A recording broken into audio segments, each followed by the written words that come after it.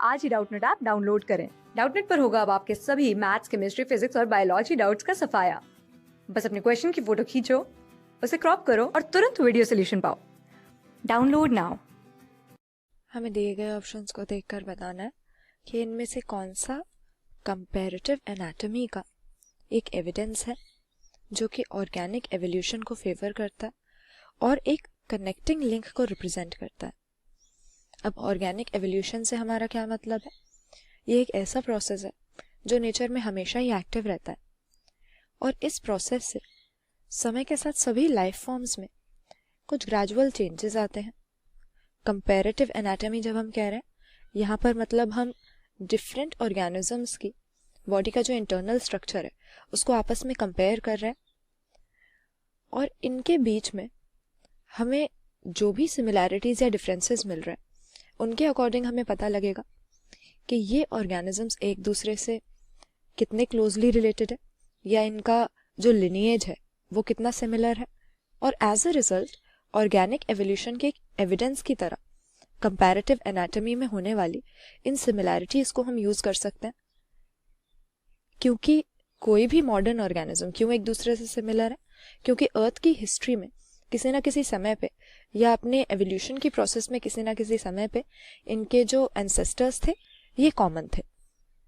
और इसी तरह से कनेक्टिंग लिंक हम बोलते हैं उन ऑर्गेनिजम्स को जो किन्हीं दो ग्रुप्स के बीच में एक लिंक की तरह होता है, क्योंकि दोनों जैसे कुछ सिमिलर फीचर्स ये पोजेस करता है और एक पर्टिकुलर ग्रुप से दूसरा ग्रुप कैसे डिसेंड हुआ ये कनेक्टिंग लिंक को देखकर हमें पता लगता है।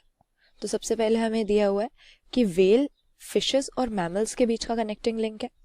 ये बिल्कुल ही गलत हमारा स्टेटमेंट हो जाएगा, क्योंकि फिशेस जो होती है पाइसिस नाम के एक ग्रुप के अंडर आती हैं, एक सुपर क्लास होती है और इसमें फिन्स की हेल्प से मूव करने वाले हमारे टोटली एक्वेटिक वर्टिब्रेट्स होते हैं, जबकि वेल जो है ये पूरी तरह से मैमेलियन है, एक तरह का ये मैमल है जो एक्वेटिक हो चुका है। एक्वेटिक हैबिटेट के लिए कुछ मैमल्स ने अपने आप को पूरी तरह से मॉडिफाई कर लिया है पानी में रहने के लिए। अब वेल अच्छे से अडेप्टेड है, लेकिन ये एक्वेटिक है इसका मतलब ये नहीं है कि ये फिशेस से रिलेटेड है। वेल में हमें मैमल्स के सारे ही कैरेक्टर्स देखने को मिलते हैं, ना तो ये गिल्स से ब्रीदिंग करती है, ना फिशेस जैसे इसके फिन्स होते हैं, और मैमल्स की तरह अपने यंग वंस को वेल्स मिल्क से ही नरिश करते हैं। तो हालांकि वेल एक्वेटिक है लेकिन ये पूरी तरह से मैमल है। फिशेस का इसमें हमें कोई भी फीचर देखने को नहीं मिलता इसकी एनाटॉमी में, तो इन दोनों के बीच का कनेक्टिंग लिंक इसको हम नहीं कह सकते। दूसरा हमें दिया हुआ है कि आर्कियोप्टेरिक्स बर्ड और मैमल के बीच का कनेक्टिंग लिंक है। अगेन गलत हो जाएगा। आर्कियोप्टेरिक्स जो है एक तरह का फॉसिल ऑर्गेनिज्म है, अपने सामने तो हमने इसको देखा नहीं है, ह्यूमन बींग्स के आने से बहुत वर्षों पहले ये एक्सटिंक्ट हो चुका है। और हम कह सकते हैं कि ये एक तरह का फ्लाइंग डायनासोर था या फ्लाइंग रेप्टाइल था, जिसमें रेप्टाइल होने के बावजूद बर्ड्स जैसे कई सारे कैरेक्टरिस्टिक्स थे। बर्ड्स की तरह ही इसके पास बीक थी, लेकिन इस बीक में दांत थे। अब मॉडर्न बर्ड्स में तो हम देखते हैं कि उनकी चोंच में दांत हमें नहीं मिलते, लेकिन बीक इसका बर्ड्स जैसा फीचर, मगर उसमें टीथ रेप्टाइल्स जैसे। उसी तरह से रेप्टाइल होने के बावजूद इसकी बॉडी पे हमें फेदर्स मिलते थे। तो क्योंकि दोनों जैसे कैरेक्टर शो कर रहा है बर्ड्स के भी और रेप्टाइल्स के भी, तो बर्ड और रेप्टाइल के बीच में कनेक्टिंग लिंक इसको मानते हैं। और बर्ड्स का किस तरह से रेप्टाइल्स से एवोल्यूशन हुआ इसका एक एविडेंस भी आर्कियोप्टेरिक्स को माना जाता है, मगर मैमल्स से इसका कोई लेना देना नहीं है। फिर लिखा हुआ है कि जो डक बिल्ड प्लैटिपस है ये रेप्टाइल्स और मैमल्स के बीच का कनेक्टिंग लिंक है। अब हमारा जो डक बिल्ड प्लैटिपस है ये एक तरह का मोनोट्रेम हो जाता है।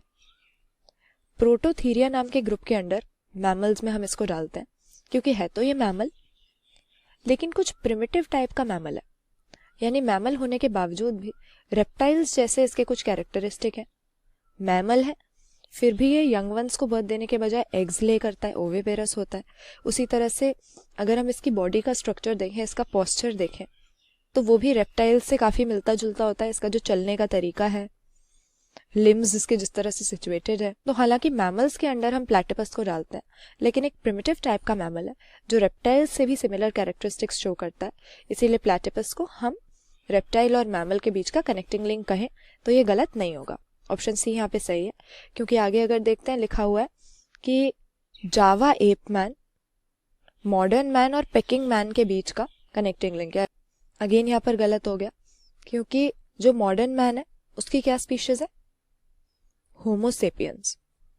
लेकिन यहाँ पे जो दोनों नाम हमें दिए हुए हैं ये मैन के एवोल्यूशन के बीच में आने वाली होमो इरेक्टस नाम की स्पीशीज के 2 सब स्पीशीज हैं। जो हमारा जावा मैन है उसको तो हम होमो इरेक्टस इरेक्टस के नाम से जानते हैं, जबकि पेकिंग मैन को हम होमो इरेक्टस पेकिनेंसिस बोलते हैं। और ये दोनों करीब करीब एक ही समय पे एग्जिस्ट करते थे।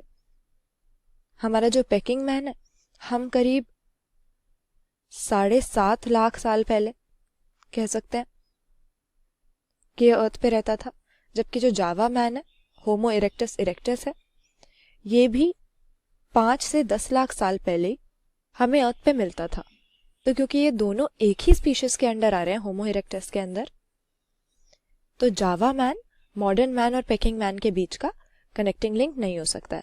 कनेक्टिंग लिंक एक ही ऑप्शन में यहाँ पर हमें सही दिया हुआ है, ऑप्शन सी सही आंसर हो जाएगा हमारा, क्योंकि जो प्लैटिपस है रेप्टाइल्स और मैमल्स दोनों जैसे फीचर्स एग्जिबिट करता है।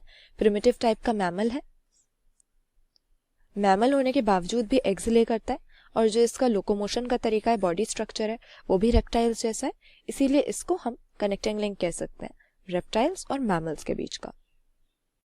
क्लास 6 से 12 से लेके नीट, IIT, JEE मेंस और एडवांस के लेवल तक 10 मिलियन से ज्यादा स्टूडेंट्स का भरोसा।